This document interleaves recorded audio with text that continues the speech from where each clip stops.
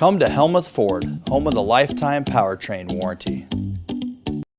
Hi, this is Stacy from Shetler Insurance Services. Come see me on the east side of the square in Sigourney for all your insurance needs. The Keokuk County Sheriff's Office is currently taking applications to fill 2 open positions for Deputy Sheriff. Applications for the first round of testing should be turned in on or before July 25th, 2025. Applications can be downloaded at the Keokuk County website at keokukcounty.iowa.gov/jobs. You can also contact the Keokuk County Sheriff's Office at 641-622-2727. For complete job information and starting wage information, go to the Keokuk County Sheriff's Office Facebook page or again, keokukcounty.iowa.gov/jobs.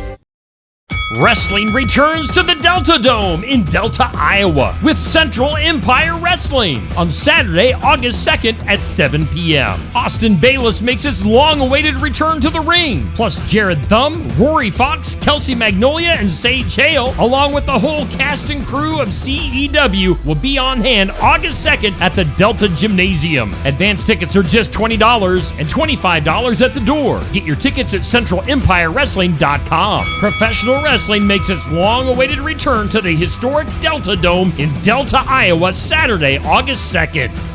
The Keokuk County Expo in Sigourney presents the Faster Horses with opening act Neva Alden in concert Friday, July 18th at the Keokuk County Expo in Sigourney. The Faster Horses are your one-stop shop for both kinds of music, country and western. If you like high-energy 90s style country music, you're gonna love the Faster Horses. And Neva Alden is one of the best up-and-comers on the Iowa country music scene. It'll be here before you know it. The concert at the Keokuk County Expo in Sigourney on Friday, July 18th.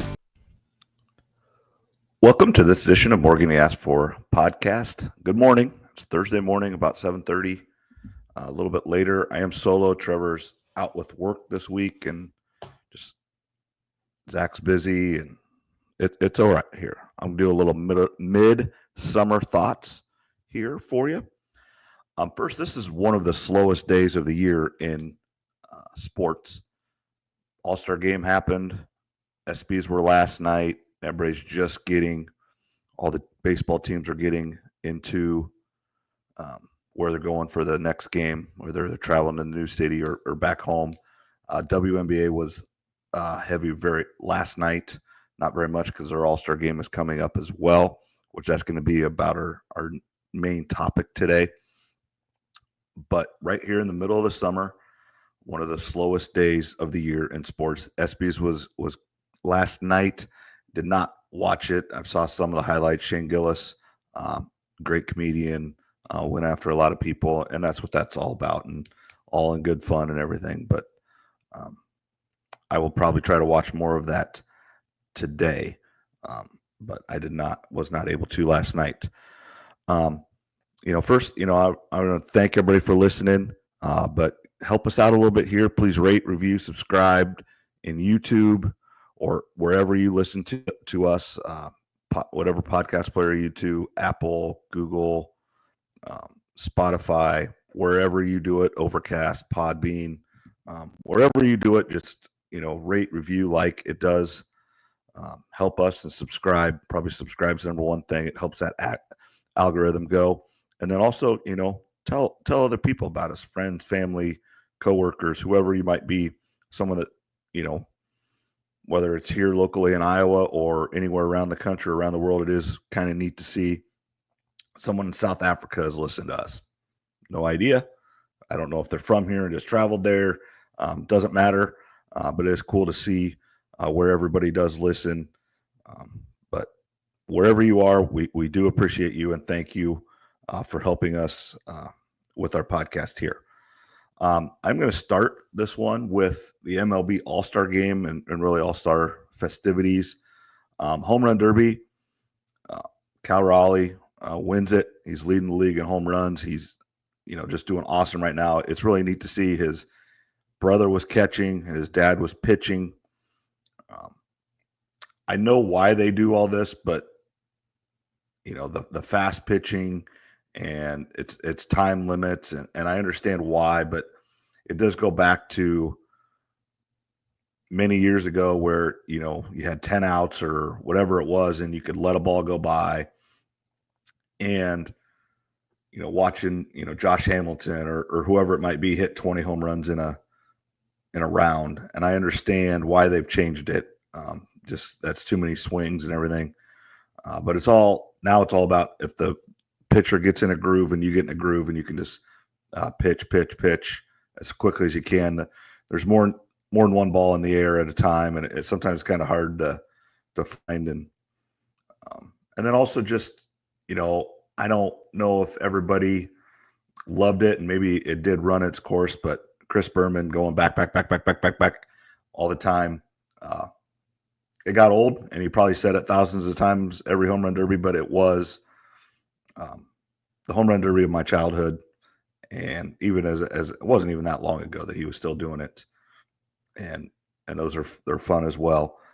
And then let's move on to the game. Great game. National League got up big. American League made a heck of a comeback. And then it went to essentially a home run derby to finish it off, to break the tie. It was, the thing that I saw was the big names weren't there in it.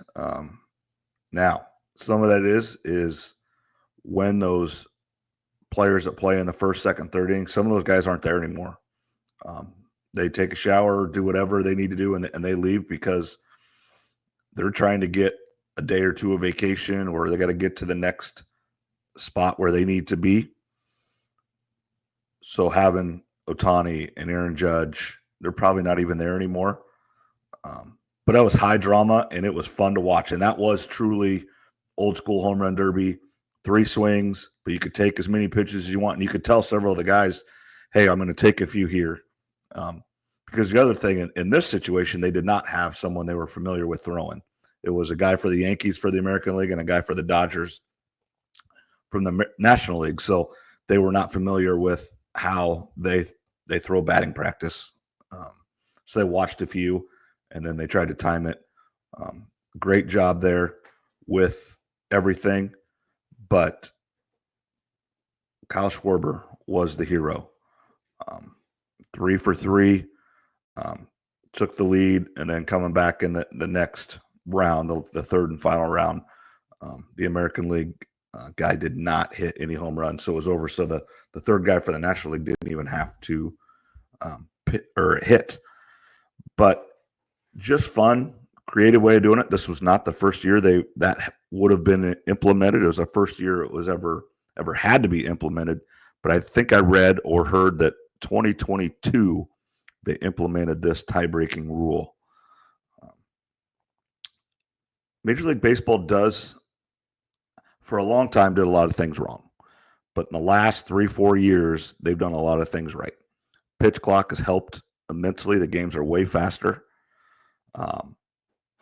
The All-Star game is the best of the All-Star games. It is the closest to the real thing. NHL doesn't even do it anymore. NBA, they just don't play defense. And then football's became a joke. They do games instead of an actual skill sessions and flag football instead of the real thing. And the TV broadcasts prove it. I think I saw last night where 7.2 million people watched that compared to, half of that for the others. So Major League Baseball is doing a good job on trying to make things better for today's environment. It still lags way behind football, college football, and then the NBA are all in front of them in TV revenue / popularity. But the All-Star game situation, they've got it down the best they can. So good job, MLB baseball. Now, the WNBA All-Star game's coming up. They're in a world of hurt. Caitlin Clark on Tuesday night looked like she pulled her groin again, or at least tweaked it. I don't know if it's the same side, other side, doesn't matter. Did not look good. Played well, scored 9 over 14 points in the fourth quarter. Had another awesome assist showing. All-Star weekend is in Indianapolis. She's scheduled to be in the 3-point contest. She's the head coach, or the captain of her team, all designed around Caitlin Clark. Now, I think she can. Now, here's, some proposals I've seen. Does she still shoot 3-point contests? Physically, she can. Now, is it going to be great? Will she feel great? No. Can she? The other thing in the game, should she go in? Should she start, play for a minute, and then sit? Just to make it where she did play? Or, is it one of those, it is what it is, and you just play, and maybe you don't go 1,000%? I don't know what you do with her, but no matter what happens, she still has to be the face. And I believe I did see that at the ESPYs last night, she did win WNBA Player of the Year, which is a really good deal.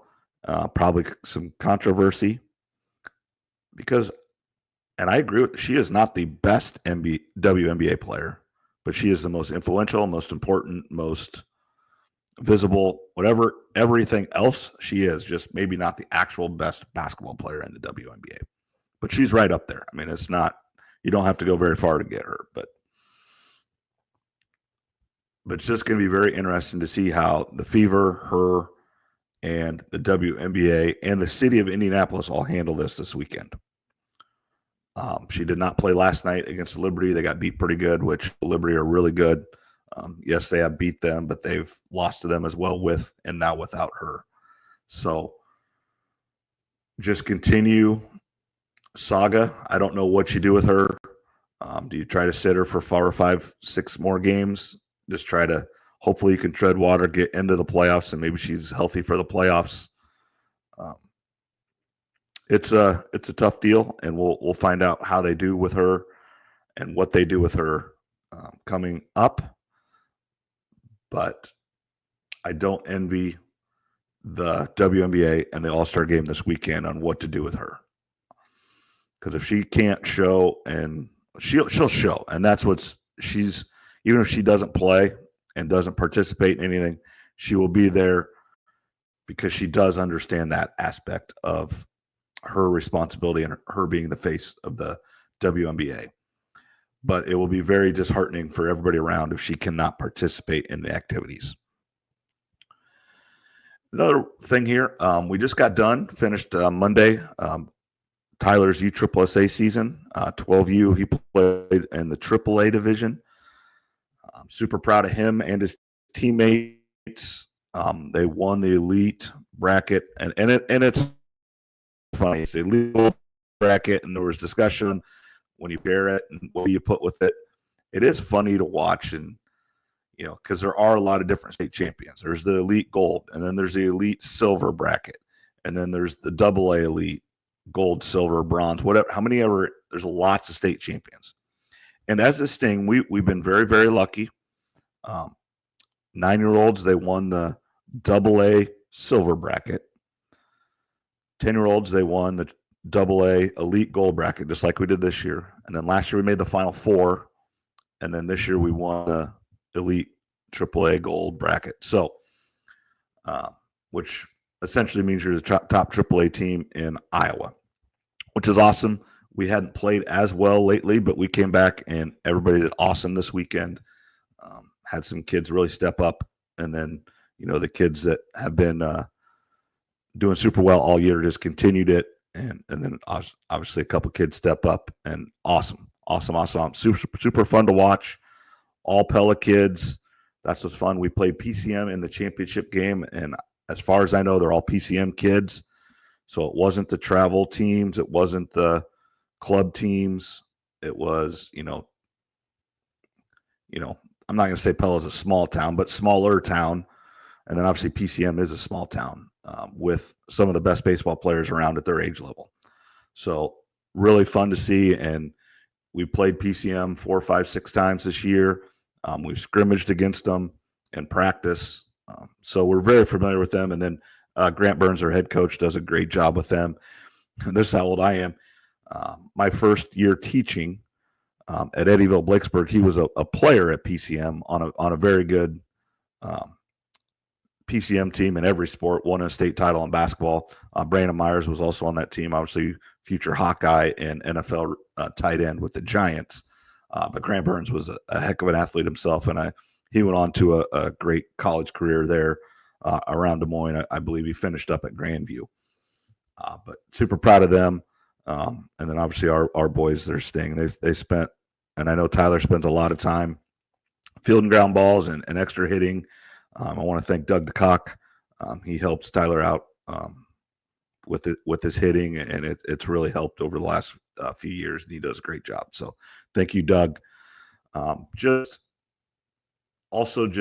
You hear and see the negatives about travel baseball or youth baseball or whatever. But this weekend we were at the Hy-Vee Plex in Grimes. Great facility. It was a little warm, and it is turf, but the turf helped. There was rain this weekend. I know the teams that played Friday, Saturday, Sunday in Iowa City had to deal with weather on Friday, changed their entire tournament. Not